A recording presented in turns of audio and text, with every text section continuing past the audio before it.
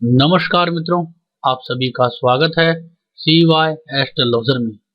आज हम बात करेंगे योग के ऊपर, यानी कि जन्म कुंडली में योग क्यों बनाए जाते हैं या योगों की महत्ता को इतना क्यों बताया गया है, क्या होते हैं योग और कैसे योगों से हमारे जीवन पे इफेक्ट पड़ता है और क्यों प्रचलन में आ गए योग। आखिर योग जो बनते हैं वो इतना लोगों के अंदर प्रचलन में क्यों आए, क्या महत्व है इनका और कैसे परिणाम देते हैं योग और कैसे ये योग जो हैं एक साथ होके रिजल्ट देते हैं। तो हम जैसे मतलब नाम है योग। योग का मतलब होता है कि दो ग्रहों की युति, यानी कि दो ग्रह जब एक साथ आते हैं या तीन ग्रह आते हैं तब एक योग बन जाता है। उसको हम मतलब योग का मतलब जोड़ना भी है।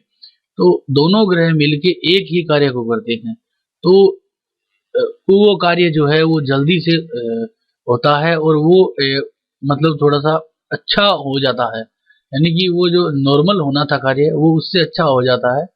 तब जो यूनिटी होती है उसको हम योग कह सकते हैं।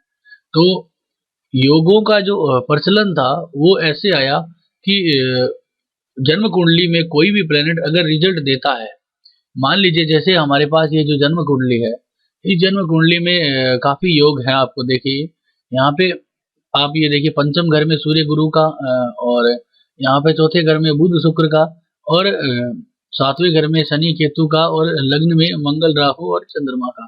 तो ये सारे योग हैं इस कुंडली में। तो अब ये योग दोनों जो है, यानी कि ये योग बना है बुध शुक्र का लक्ष्मी नारायण योग। तो ये जो योग है वो प्रचलन में कैसे आया, लोगों ने इसके नाम कैसे दिए। तो ये चीज क्या होती है कि जैसे चौथे घर का जो रिजल्ट है वो बुध देवता देता है, अब वहां पे शुक्र भी है तो दोनों ही रिजल्ट देंगे। तो ये जो दोनों प्लेनेट रिजल्ट देंगे, अब जैसे बुध अपनी दशा में देगा, शुक्र अपनी महादशा में देगा, तो रिजल्ट तो है वो अलग अलग आएंगे। लेकिन क्या होगा कि योग प्रचलन में आने का कारण ये हुआ कि एक रिजल्ट जो था दोनों ने मिलके दिया और कब दिया, ये इंपॉर्टेंट चीज है। दोनों ने रिजल्ट तो दिया और लेकिन कब दिया। मान लीजिए बुध की महादशा चल रही है और उसमें शुक्र का अंतर आ गया, तो बुध भी वही रिजल्ट दे रहा है क्योंकि वो चौथे घर में बैठा है, चौथे घर से रिगार्डिंग रिजल्ट दे रहा है, और शुक्र भी चौथे घर में बैठा है और चौथे घर का ही रिजल्ट दे रहा है। अब क्या हुआ कि बुध की महादशा और शुक्र की महादशा, शुक्र का अंतरा, तो दोनों ने सेम रिजल्ट दिए, तो वो जो रिजल्ट था वो जल्दी से निकल के आया और अच्छा निकल के आया। और वो रिजल्ट जो अच्छा निकल गया जिससे हमें ज्यादा फायदा हुआ, यानी कि एक नॉर्मल से ज्यादा फायदा हुआ, तब हमने ये जाना कि यार ये रिजल्ट बहुत ही अच्छा आया, यानी कि ये योग बहुत अच्छा हुआ। तो इसका उदाहरण आप ऐसे भी समझ सकते हो, जैसे हम एक साथ दो व्यक्ति रहते हैं और कोई कार्य करते हैं। जैसे मान लीजिए हम घर में खाना ही बना रहे हैं, तो अब एक व्यक्ति जो घर में खाना बना रहा है वो अकेला खाना बना रहा है। अब मान लीजिए उसका जो मित्र है वो भी आ गया और दोनों ने मिलके खाना बनाया, तो वो जल्दी भी बन गया और अच्छा भी बन गया। तो वो फायदा हुआ क्योंकि रिजल्ट जल्दी आया और रिजल्ट अच्छा भी आया। तो वो चीज क्या होती है, योग होता है। तो मान लीजिए ये जो योग है लक्ष्मी नारायण योग, अब बुध की महादशा चल रही है तो बुध ने अच्छे रिजल्ट देने ही है। अब शुक्र का अंतर आ गया तो बुध ने अच्छे रिजल्ट देने थे, शुक्र ने भी प्रॉमिस कर रखा है, तो दोनों ने एक साथ रिजल्ट दिए और जबरदस्त रिजल्ट दे दिए। तो व्यक्ति के फायदा हो गया, तब ये योग प्रचलन में आ गया। तो ऐसे योग बनते हैं।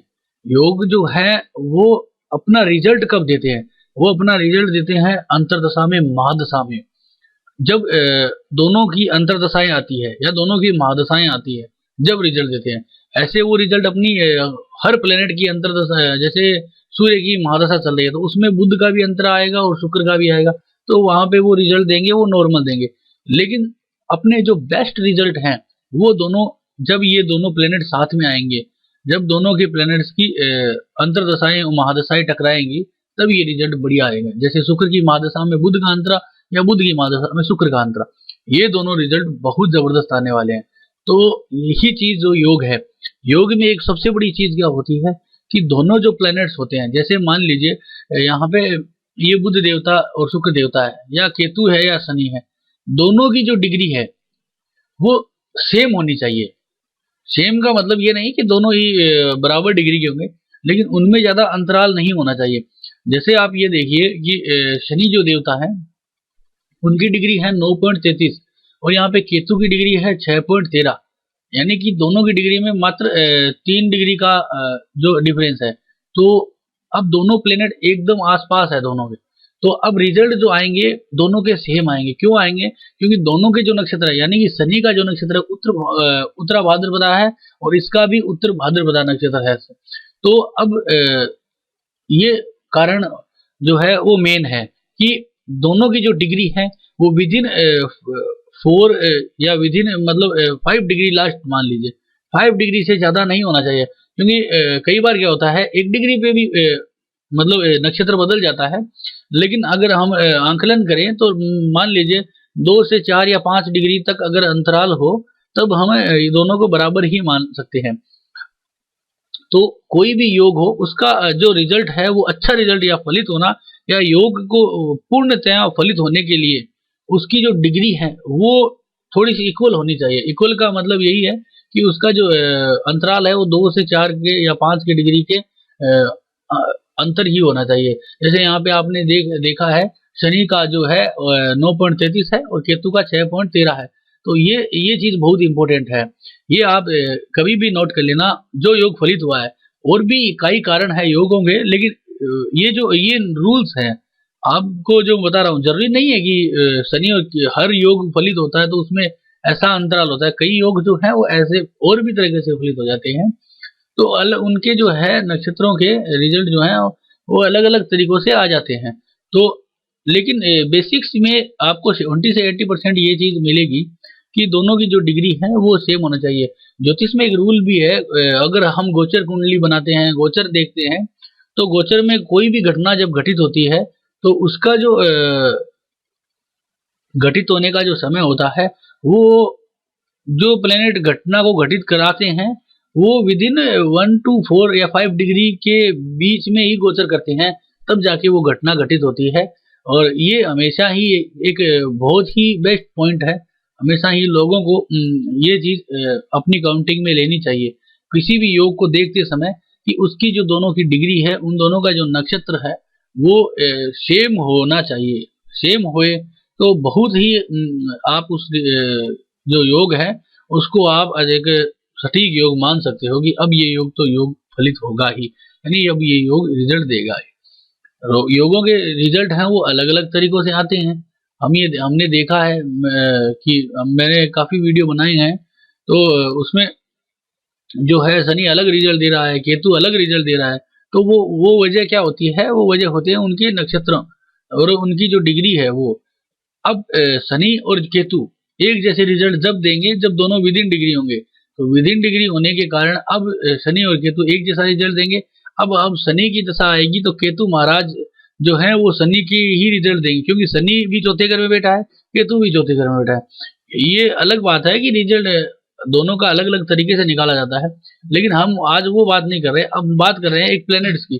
तो प्लैनेट्स जो है वो अपने भावों के रिजल्ट भी देता है कि वो किस भाव में बैठा है और किस राशि का स्वामी है। लेकिन अब जिस घर में बैठा है उसके रिजल्ट तो वो बेसिकली देगा ही, उसके बाद जिस नक्षत्र में बैठा है उसके रिजल्ट भी देगा।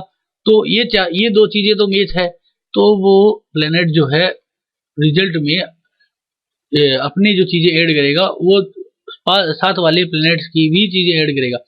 तो अब जब दोनों प्लेनेट्स दशा अंतर दशाओं में साथ में आएंगे तब वो रिजल्ट जो है वो तेजी से देंगे।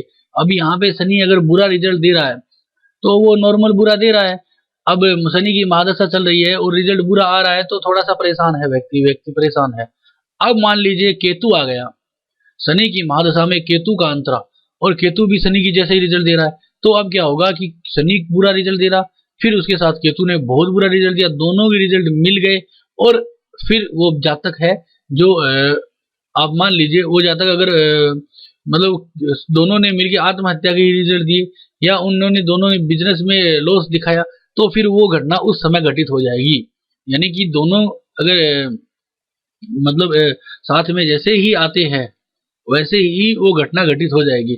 फिर क्या होगा कि इन दोनों के ऊपर गोचर भी अप्लाई होता है।